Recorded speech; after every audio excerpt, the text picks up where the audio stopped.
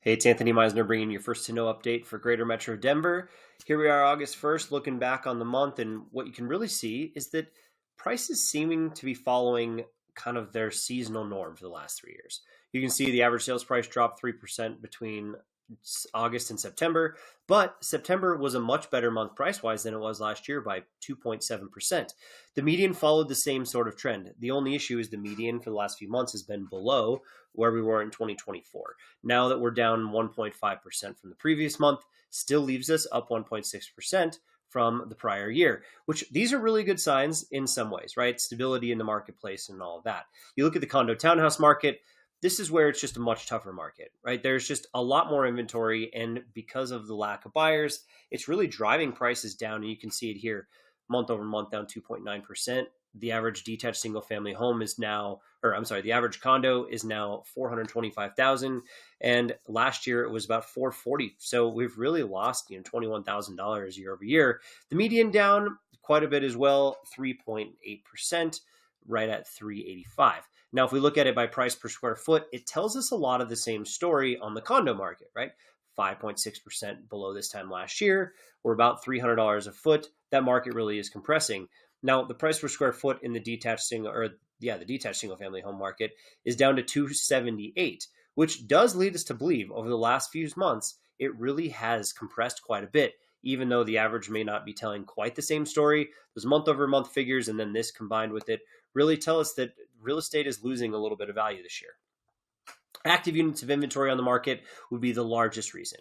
You have a much larger seller appetite than buyer demand. And at 12,000 units of inventory, we're just feeling the price pressure, right? So 12.7% above this time last year. Still lots of inventory in the market. We did peak very early this year as far as our total units. So we've seen stuff expire. We've seen a lot of that also taking place. But here we are, another month again, very similar to seller appetite last year in the fall. In some other marketplaces, you've definitely seen more activity from sellers. Greater Metro Denver, we saw that in the first half of the year, but it doesn't seem to be taking place in the second half.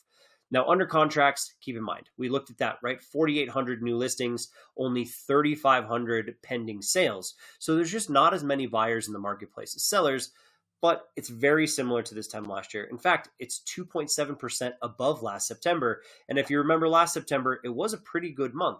So when we start to feel this, we really are feeling those interest rates, adding a few more buyers to the marketplace. It's just not opening any floodgates. It's not, droves of buyers.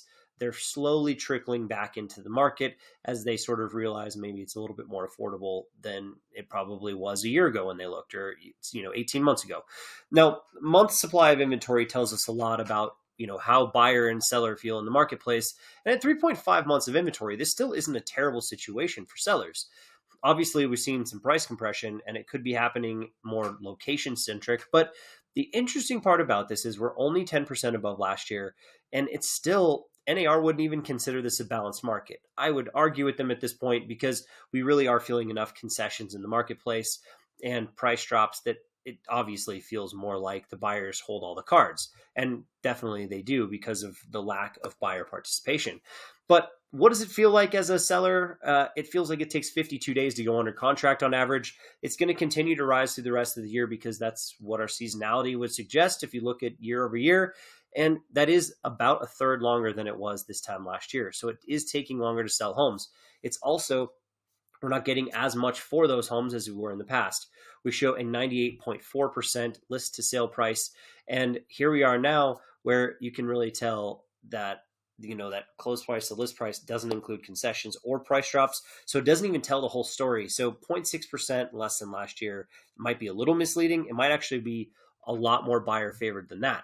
Now, the last one I wanted to show you was about showing traffic because this tells us a little bit more about the future than everything else.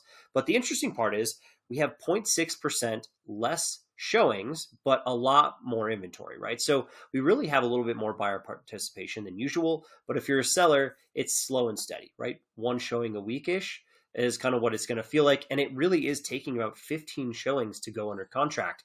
So that being said, it's a little bit harder market, but I hope that helps. If you have any questions, concerns, you need any other information, please reach out to me. I'm Anthony at Land Title. We'll catch you on the next one.